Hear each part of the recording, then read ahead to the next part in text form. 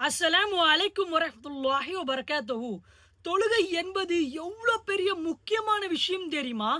ஆனா நம்ம ஒரு முஸ்லிமாக இருந்தும் தொழுகாம இருக்கிறோம். நீங்க ஒரு முஸ்லிமாக இருந்தீங்கன்னா, கண்டிப்பா நீங்க மத்தவங்களுக்கு ஷேர் பண்ணுங்க. அவங்க இந்த வீடியோ பார்த்து தொழுதுட்டாங்கன்னா, இனிமேண்டு அல்லாஹ் உங்களுக்கு ஹிதாயத் குடுத்துட்டானா, கண்டிப்பா சொல்றேன் அதோட நன்மை அல்லாஹ் சுப்ஹானஹு வ தஆலா உங்களுக்கும் எனக்கும் அளிப்பானாக. ரசூலுல்லாஹி ஸல்லல்லாஹு அலைஹி வஸல்லம் தன்னுடைய மரண தருவாயில் கடைசி நேரத்தில படுத்த படுக்கையில தன்னுடைய வீட்ல கதவுல இருக்கக்கூடிய திரைய அகற்றி பார்க்குறாங்க. அப்போ அவங்க தான் இமாமா தொழ வைப்பாங்க எப்பவுமே. ஆனா அவங்க இல்லாத டைம்ல கூட சஹாபாக்கள் இமாமாக ஒருவர் நின்னு பின்னாடி சஹாபாக்கள் தொழுறாங்க. அப்போ ரசூலுல்லாஹி ஸல்லம் இத பார்த்துட்டு சொன்னாங்க, யா அல்லாஹ், நான் இல்லாவிட்டாலும் உன்னை வணங்குவதற்கு ஒரு சமுதாயத்தை நீ உருவாக்கி விட்டாய் யா அல்லாஹ் என்று சந்தோஷப்பட்டாங்க.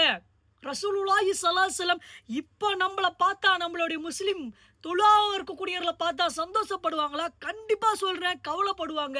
இது கேவலமான விஷயமாக இருக்கு நம்மளுடைய முஸ்லிம் இடத்துல.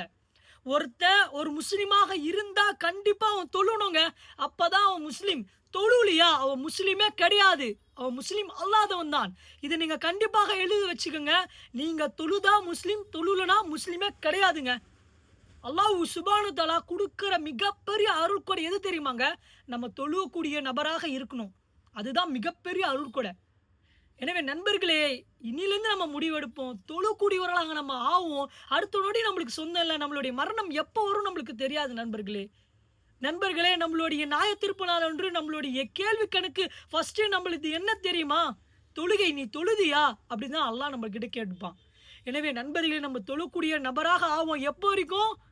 மரணம் வரும் வரைக்கும் நம்ம அல்லாஹ்வை மட்டும் தான் தொழ வேண்டும் நண்பர்களே. இன்ஷா அல்லாஹ், அல்லாஹ்வுக்கு இணை வைக்காமல் அல்லாஹ்வை மட்டும் வணங்கக்கூடிய நல்ல அடியார்களா அல்லாஹ் நம்மளை ஆக்குவானாக. நம்மளுடைய சங்கதியும் அல்லாஹ் சுப்ஹானஹு வ தஆலா தொழக்கூடியவர்களா ஆக்குவானாக.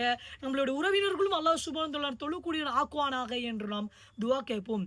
பாரக்கல்லாஹு ஃபீக்கும்.